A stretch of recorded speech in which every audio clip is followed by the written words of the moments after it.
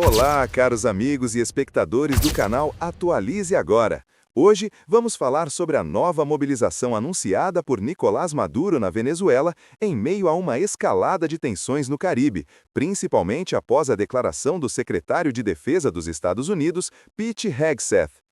Em discurso a marinheiros e fuzileiros navais a bordo do navio de guerra Ildima, ele afirmou que não é treinamento.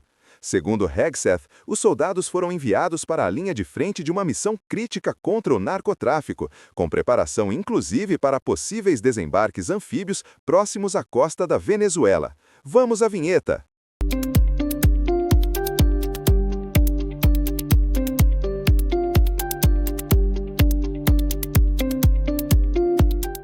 Diante desse cenário, Maduro convocou reservistas, milicianos e jovens para treinamento no manuseio de armas curtas e longas, com imagens recentes mostrando instruções no Forte Paramacay e em outras unidades militares.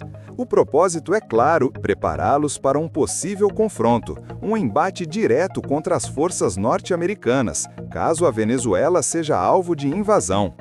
E o que chama a atenção é que muitos desses participantes nunca receberam qualquer treinamento militar. A urgência é visível e a sombra da guerra se aproxima. Segundo o governo venezuelano, trata-se de uma resposta direta às movimentações dos Estados Unidos na região. E a pressão não para por aí. O jornalista e analista político Eduardo Menoy revelou que o senador americano Marco Rubio estaria em negociações com Canadá, Itália, Reino Unido e França para coordenar uma possível ofensiva militar contra o chamado Cartel dos Sóis, ligado a Nicolás Maduro e Diosdado Cabello. Fontes apontam ainda que o navio de guerra USS Minneapolis St. Paul partiu de Kingston, na Jamaica, rumo à Flórida, mas pode permanecer no Mar do Caribe como parte do reforço da presença militar americana. No entanto, até o momento, nem o Departamento de Defesa dos Estados Unidos, Pentágono/Departamento de Guerra, nem o governo norte-americano, tampouco os países citados confirmaram oficialmente essas informações, ou seja, são indícios que aumentam a tensão, mas que ainda não têm caráter oficial. A tensão cresce e o risco de confrontos aumenta. Enquanto Washington reforça sua presença e articula apoio internacional, Caracas mobiliza civis e militares em uma estratégia de defesa e dissuasão, tornando o cenário cada vez mais imprevisível. A relação entre Estados Unidos e Venezuela se deteriora desde a ascensão do chavismo em 1998, mas a atual fase de confronto é resultado direto da política de pressão máxima, que voltou a ganhar força com o retorno de Donald Trump à presidência em 2024. Durante o governo Biden, houve uma breve flexibilização das sanções em troca de promessas eleitorais de Caracas, mas esse alívio durou pouco. Em abril de 2025, Washington retomou a política dura após considerar que Maduro não cumpriu o acordado. Agora, com Trump de volta, a abordagem é ainda mais agressiva e a nomeação de Marco Rubio como secretário de Estado deixou claro que a intervenção militar não é mais apenas uma hipótese distante, mas parte de uma estratégia institucionalizada. Essa estratégia se materializou recentemente com a mobilização de uma frota naval dos Estados Unidos para o sul do Caribe. Entre os meios deslocados estão 3 destroyers equipados com mísseis guiados, um submarino nuclear de ataque, caças F-35 e cerca de 4.000 marinheiros e fuzileiros navais. Oficialmente, a operação tem como objetivo combater o narcotráfico, mas para Caracas, trata-se de uma provocação direta e uma ameaça à sua soberania. Washington reforçou esse discurso ao classificar o cartel de Los Soles e o grupo Trem de Araguá como organizações terroristas, vinculando-os diretamente ao governo de Maduro. A recompensa por sua captura foi elevada para 50 milhões de dólares, reforçando a narrativa de que o presidente venezuelano seria um dos maiores narcotraficantes do mundo.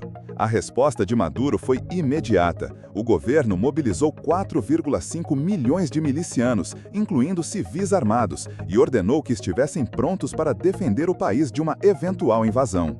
Em uma ação considerada altamente provocativa pelo Pentágono, caças venezuelanos sobrevoaram um dos destroyers americanos em águas internacionais, demonstrando que Caracas está disposta a confrontar a frota. Além disso, a Venezuela acusou os Estados Unidos de manipular informações ao divulgar imagens que, segundo eles, teriam sido produzidas com inteligência artificial, em um cenário que amplia o conflito para a esfera da guerra de narrativas. Enquanto isso, as sanções econômicas continuam a devastar a economia venezuelana. Entre 2017 e 2024, o país perdeu mais de 226 bilhões de dólares em receitas de petróleo, um valor equivalente a mais de 2 vezes o seu PIB. Essa perda acentuou a hiperinflação, a escassez de alimentos e medicamentos e contribuiu para a crise humanitária que já forçou mais de 7 milhões de venezuelanos a deixar o país. Washington afirma que as medidas têm como alvo apenas a elite chavista, mas especialistas internacionais apontam que seus efeitos recaem diretamente sobre a população. No campo político, o confronto também se tornou pessoal. Trump insiste em chamar Maduro de chefe de cartel, enquanto o presidente venezuelano desafia abertamente os Estados Unidos, acusando-os de buscar o petróleo do país de graça. O secretário-geral da ONU, Antônio Guterres, pediu moderação e diálogo, mas até agora não há sinais de recuo. Já o Brasil tem mantido uma postura cautelosa, interpretando a movimentação americana como um ato de intimidação a toda a América Latina.